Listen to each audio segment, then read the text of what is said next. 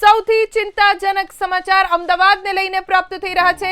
અમદાવાદમાં છેલ્લા 24 કલાકમાં કોરોનાના નવા 175 કેસ નોંધાયા છે। છેલ્લા 24 કલાકમાં કોરોનાના કારણે એક પણ મૃત્યુ નથી થયું, પણ નવા 175 કેસ સાથે એક્ટિવ કેસનો આંકડો 1000 ને પાર થઈ ગયો છે। અમદાવાદમાં કોરોનાના એક્ટિવ કેસ વધીને 1091 થઈ ગયા છે। પશ્ચિમ અને ઉત્તર પશ્ચિમ ઝોનમાં કોરોનાના સૌથી વધુ કેસ છે।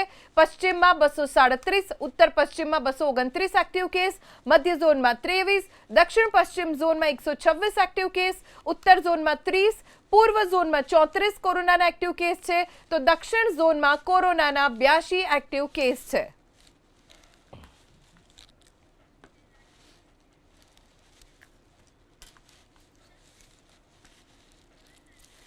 અમદાવાદ માટે આ ચિંતાજનક સમાચાર, કેમ કે 24 કલાકમાં કોરોનાના નવા 175 કેસ નોંધાયા છે। જો કે એક રાહતના સમાચાર, કોઈ મૃત્યુ છેલ્લા 24 કલાકમાં કોરોનાના કારણે નથી થયું।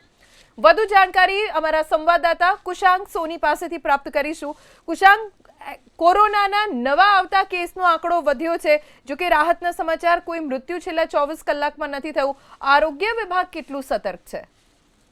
જો અમદાવાદ શહેરમાં છેલ્લા 24 કલાકમાં જે 175 કેસ નોંધાયા છે, તેની સાથે અમદાવાદ શહેરમાં વધુ એક વખત કોરોનાના કેસનો આંકડો 1000 ને પાર કરી ગયો છે। હવે શહેરમાં 1091 જેટલા ટોટલ કેસ નોંધાઈ ચૂક્યા છે। ખાસ તો ચિંતાજનક સમાચાર પશ્ચિમ ઝોન અને ઉત્તર પશ્ચિમ ઝોન માટે, એટલે કે આ બે ઝોનના જે નાગરિકો છે તેમાં સંક્રમણ વધુ અત્યાર સુધી જોવા મળ્યું છે, જેમાં છેલ્લા 24 કલાકમાં 237 જેટલા એક્ટિવ કેસ અને ઉત્તર પશ્ચિમ ઝોનમાં 229 જેટલા એક્ટિવ કેસ નોંધાઈ ચૂક્યા છે। જોકે ચિંતાના સમાચાર એટલા માટે નથી કારણ કે એક પણ મૃત્યુ થયું નથી।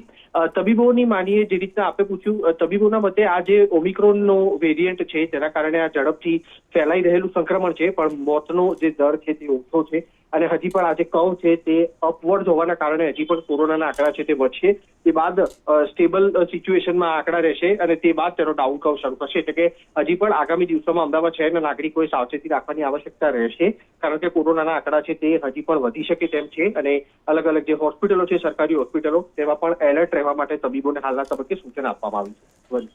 કુશાંગ, આભાર જાણકારી આપવા માટે।